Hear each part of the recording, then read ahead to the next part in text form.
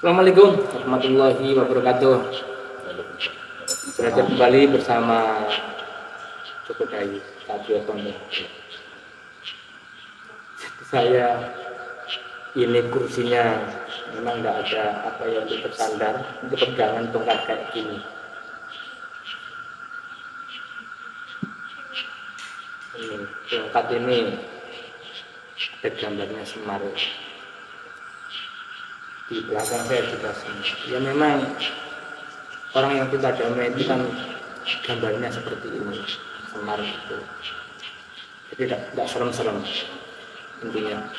Pada kesempatan kali ini kita akan belajar tentang kebenaran tuah pusaka dan juga keselarasannya.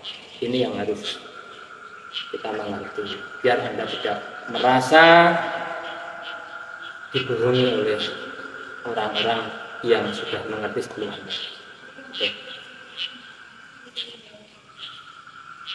Sekarang ini ya, orang mencari pusaka itu ya di era-era abad inilah, orang mencari pusaka itu bukan karena kecocokannya dengan pusaka tersebut. Itu sudah tidak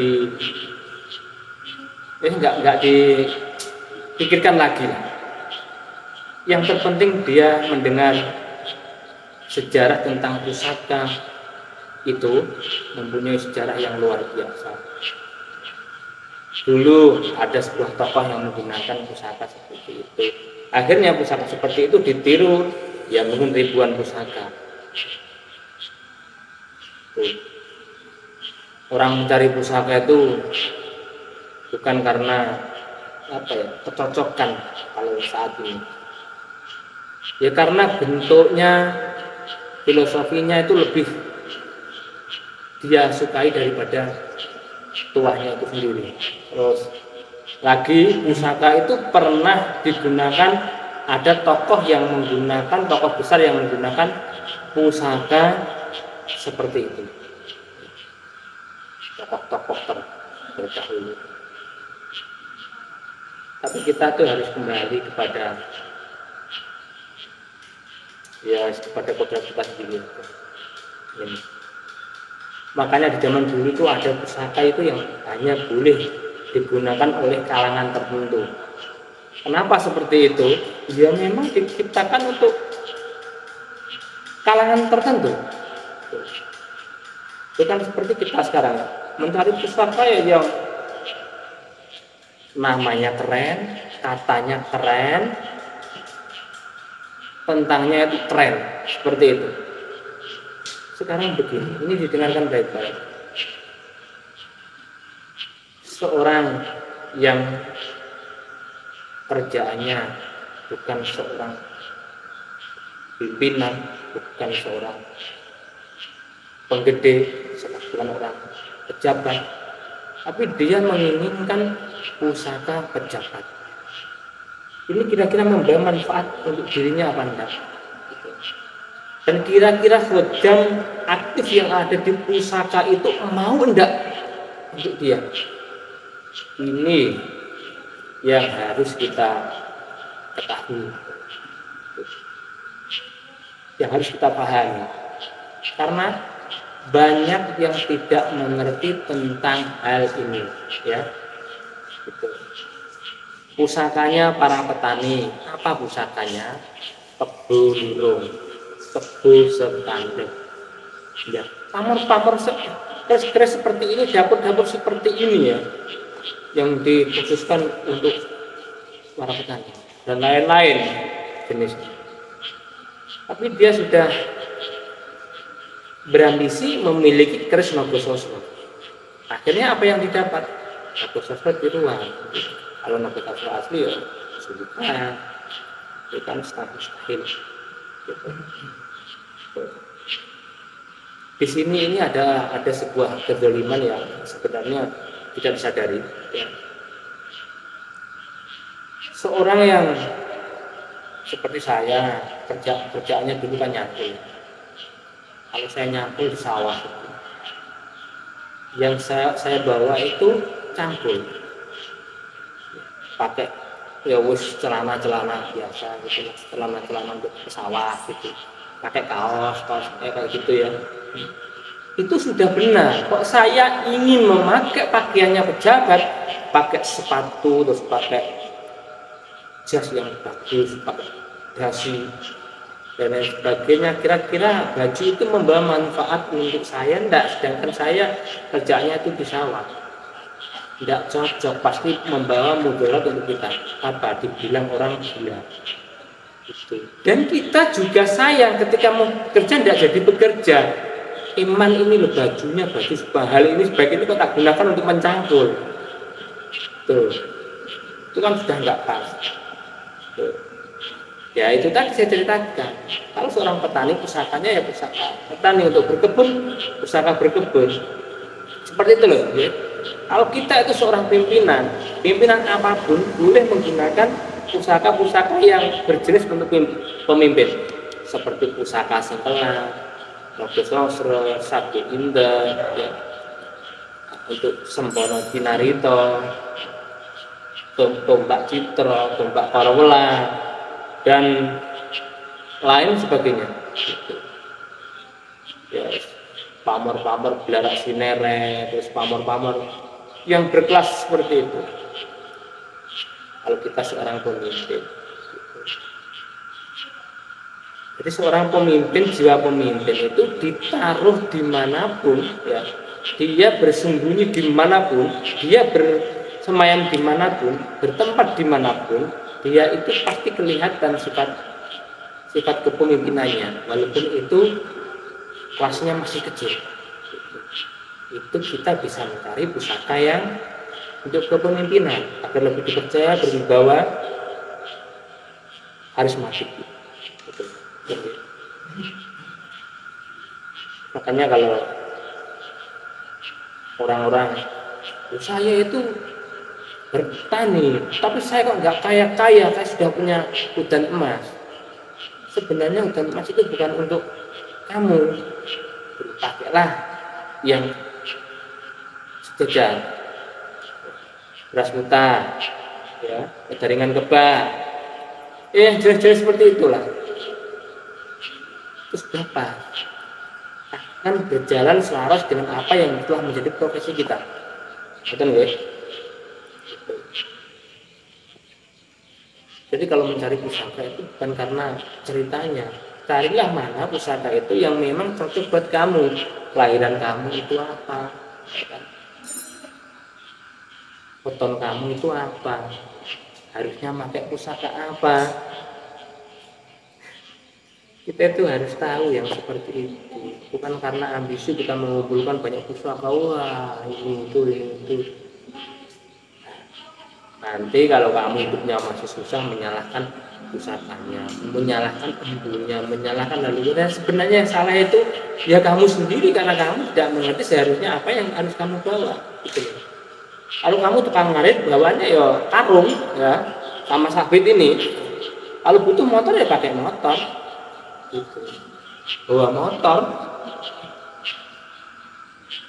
Masa kamu mau cari rumput bawa senapan? Tidak nyambung kan? Apa yang kamu dapat itu? Tidak nyambung. Sekarang kita itu kalau mau mencari pusaka, carilah yang cocok untuk kamu, untuk kehidupanmu, dan itu lebih baik, lebih bagus seperti itu. Dan kalau pusaka itu dapatnya dari seorang guru, ya guru manapun, itu lebih berharga daripada yang kamu mahirkan di sana-sana dengan mahar yang nggak karu-karuan pun masih berbeda dengan pusaka yang dari guru. Saya pun seperti itu. Sepatu hal yang dari guru itu manfaatnya itu akan lebih semuanya.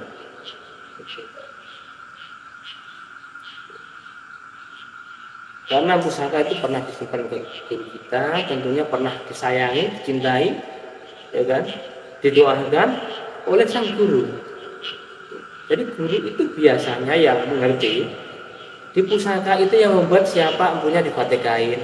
Ruh dan jasadnya pusaka itu, ya, luar dalam itu difatikain, didoain dengan doa-doa yang bisa menyambung ke situ. Itulah yang membuat pusaka itu menjadi lebih bermanfaat, mereka lebih berguna dan lebih aktif, lebih bekerja daripada pusaka yang katanya berkelas tapi mati, tidak pernah disenggol, ya, ruhnya, jasadnya yang membuat nggak pernah disenggol, seperti barang yang tidak bernyawa, seperti barang mati yang tidak ada gunanya. Tuh. Kita punya banyak pusaka, harus tahu cara menghormati pusaka tersebut, ya, hanya menghormati, bukan untuk mendewakan, menghormati yang membuatnya. Jadi semua karya-karya beliau itu kita hargai. Bagaimana caranya? Ya, caranya ya dengan berbagai cara. Kasih minyak, gitu kan? Minyak cendana campur melati jadikan satu. Bagus banget buat pusaka. Gitu. Pusaka yang mau tidur, yang mau mati aktif, ya kan? Kita wasilah kirim hadiah Fatihah kepada Kanjeng Nabi, ya, kepada siapapun yang sekiranya wali-wali setelahnya yang Anda inginkan. Setelah itu kita Fatihah empu yang membuat pusaka, yang buat pusaka tersebut. Kita mengirim Fatihah kepada orang yang bukan Islam apa boleh? Yang nggak boleh itu loh siapa? Itu kan hanya sebuah hadiah kan. Hadiah itu diberikan kepada siapapun menurut saya sah-sah saja, kan tidak ada masalah. Menghormati perjuangan mereka, memang pada waktu itu mereka belum mengenal agama kita kan, tidak masalah. Semua sudah diridhoi oleh Allah. Sampai pusaka itu terjadi kalau bukan atas izin Allah, atas ridho Allah, tidak akan jadi. Itu termasuk dalemannya. Maksudnya ini termasuk kekuatan yang ada di dalam pusaka tersebut, ya. Semuanya itu dari Allah. Dengan sebutan apapun ternyata Allah masih mewujudkannya pada waktu itu. Berarti kan Allah sudah mengizinkan. Itu. Setelah empunya ini kita hadiah Fatihah, baru ila ruhi wa jasadi, pusaka ini loh ya, atau semua pusaka yang saya miliki, ini cara merawatnya. Biar semua pusaka itu sudah terawat dengan baik, lebih baik daripada minyak-minyak yang Anda berikan. Minyak itu hanya sekedar pewangi. Kalau ini adalah benar-benar membangkitkan itu kekuatan, semua kekuatan yang terpendam di dalam pusaka. Rekaman doa yang sudah direkam oleh sang empu yang ada di dalam pusaka itu benar-benar akan aktif, berjalan dan tidak berhenti begitu saja.